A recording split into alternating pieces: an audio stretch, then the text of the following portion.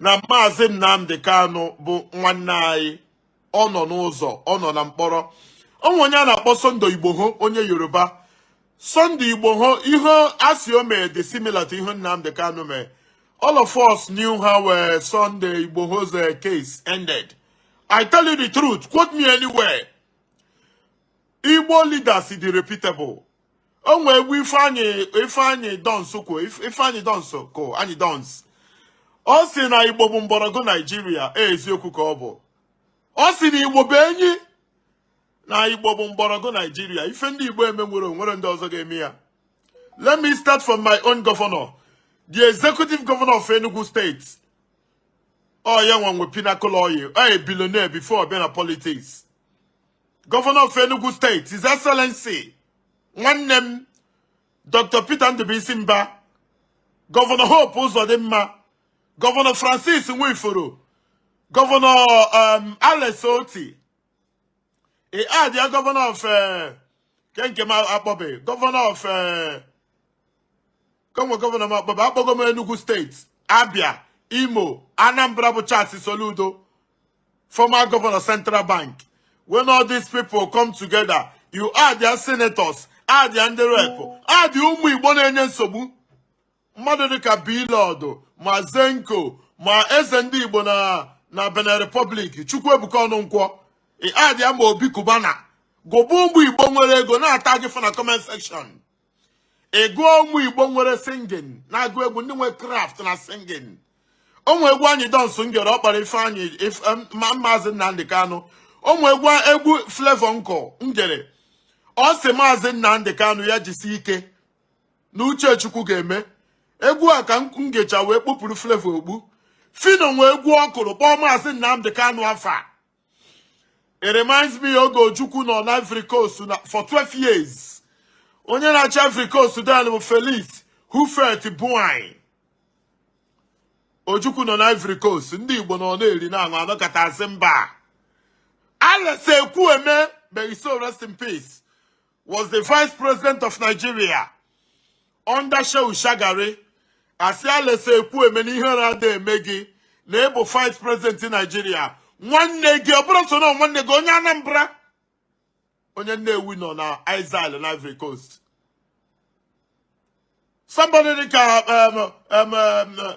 Kemafia, Roy Umenyi was the deputy governor of Anambra State. Jimmy Ifeanyi Chukwuobodo. Somebody like Sam Mbakwe. Someone like Nnamdi Azikiwe. Someone like Chubo Kadibo. Oyi of Oyi. Somebody like Izuchukwu Transport. Dan Obajaka.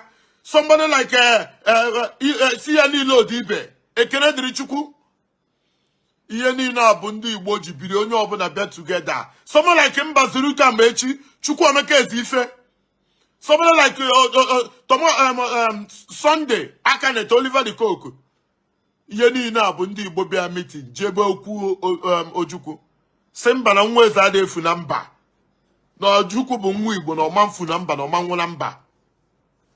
Shehu Shagari wee grant ya Ikemba Ojukwu pardon to return to Nigeria.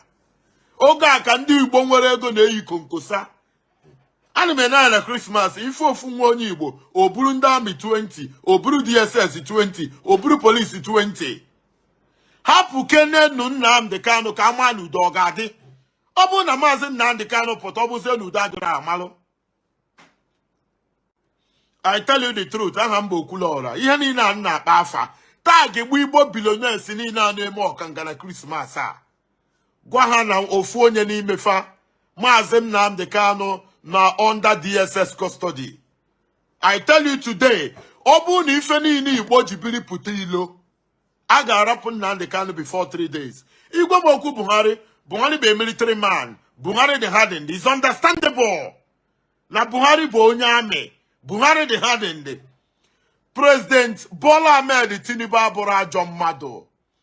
Ndị Igbo ajụbere ajụjụ. You can imagine Zenko. You can imagine Chukwuemeka Ononkwo. You can imagine Bishop Ozoboro. You can imagine Monica Bernard Edena Bugo. You can imagine Monica Friday Edena Bugo. You can imagine Monica Nnolin Naji. They representing Kano East and West na federal rep. You can imagine Pinnacle Oil, Governor Enugu State, Charles Soludo, Hope Uzodimma, T.O.J., Ojo Sokalo, Alex Oti, Mmadụ Ugwumba, Rochas Okorocha, mmadụ dịka Hope Uzodimma, mmadụ dịka Chukwu Kemafia, Dora nwanyị Ezife, mba Kemafia, nwanyị eluzu rep na Anambra State, Uche Ekwunife. All of them, Gubu ụmụ Igbo jide ebube, importers and exporters, Igbos in diaspora, Igbo diplomats, Igbos in American military, Igbos in British military, Igbos in Canadian Air Force, Igbos in Russian Air Force, Igbos in United Nations, Igbos in EU, Igbos in all nooks and crannies of this life. A May meeting, onye ọbụla bịa Abuja, si President Bola Ahmed Tinubu biko, na enwe ife ndị Igbo mee ya gbaghalụ, President anyị biko, na enwe one wish. Give us Mazi Nnamdi Kanu. Let's go home and do our homework. Nobody's fighting. Nobody's carrying arms. Nobody's provocative or provocating. Because President Bola Ahmed Tinubu ga-akpọrọ Mazi Nnamdi kponye ndị Igbo, Mazi Nnamdi Kanu. Na-akpọ onye Igbo ọbụla ịgbasiri ike kpọọ dee na comment section ka kpọọ ya afa. Nwa agụ ata ihe motos. Paul Frank Oden Igbo. Onye Igbo ọbụla ata eze n'Igbo onye ọbụla. President Ahmed Bola Tinubu was in Enugu. I watching the clip. Ata eze na aba awore ya. Everybody na aba awore ya. Why not he take that opportunity? Naria invitation to come to Abuja. Plan or 30. Am I going to know water? Plan or 30 take it off from Enugu to Abuja to Aso Villa. I see a president Biko Yabo Haloi. Na-enwe ife Mazi Nnamdi Kanu me ya gbahalo anyị. Na-enwe ife Mazi Nnamdi Kanu me si hold ha nwa bụ ndị Igbo responsible. Anapụgo ndị Igbo ihe ha ji dị ebube. Ana m watch wedding Bianca Ono na Ikemba Ojukwu oge South Africa osubata. Ndị niile Igbo ji biri nọ there. Oliver De Coque nọ there. Na Nyarekwechu Ụba Ọkadigbo. Oge a bụ oge a na-atụ ndị Igbo egwu. Ife an Igbo prominent man egwu tụọ gị. Kita ya na-emezu bụ ibu ifu ofu nwa Igbo na-erube 30 years. O buru convoy 30 na-ahara asụ onye ọbụla. Afụ gị n'ụzọ apịa gị ịtarị. Ife a bụrụ ife eji mara ndị Igbo. All due to insecurity, all due to uncertainty. Onye ọbụla, every analyst na-ekwu na ọbụna arapụ Nnamdi Kanu na udo ga-adị. Rapụ kenunu Nnamdi Kanu, rapụ kenenu ya. Irapu Mazi Nnamdi Kanu the simple. Why case Sunday Igbo ho jidi wee dị ize? Ọ maka na ndị nwe Sunday Igbo ho bịara okwu ya. Enwere kombasa enu kata, enu na Southeast governors, or Southeast senators, or Southeast rep members, or Southeast billionaires, or Igbos in diaspora, onye ọbụla bịara eruo 50 or 100. Jena Sovila, dalu president in ana. Whether you like President Tinubu or not, he is the president, commander-in-chief of the armed forces, Federal Republic of Nigeria. Abu ne like Tinubu for the fact that he meet the you might not be prostrating for the president, but for presidency, for the seat of presidency, for the seat of president. Therefore, Mahi. Uchenna jibe Senate, Uchenna jibe minister, Uchenna jibe onye akpugo. You can imagine about Yeri and Abia together, Ja Abuja, His Excellency, Peter Obi. I just some naba no to the nature Mazi Nnamdi Kanu, Sunday Igbo. What is the difference? What happened? Why age Nyonya soft landing? Why age law Kuonya for so many years?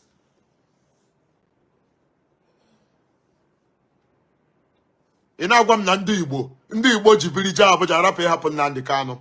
Who does that?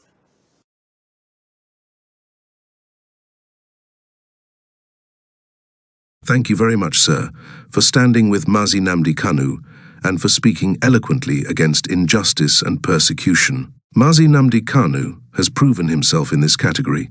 He is Eze Ndi Igbo, the king and qualified leader of Igbo people. The sooner we accept this without prejudice, the better for our survival as a people. I speak for every Igbo man, woman and child. In the minds of all Igbo people, this is the vision we have in our minds for our land. This is the dream our fathers and forefathers have for our land. This is the reason why we push and struggle to achieve the land of our dream. An average Igbo man is a builder and not a destroyer. We know what we can accomplish under the right environment. Despite all odds and deliberate setbacks, Igbo people will continue to struggle to achieve this dream. We are a region that rose from the debris of the Biafran War to where we are today. There is nothing stopping us from making the Southeast a hotbed of attraction. We don't compete with mediocrity, we aim for the top, and soon the whole world will stand in awe at how great this part of the world will become as soon as Biafra comes. Igbo land is beautiful. Stay tuned.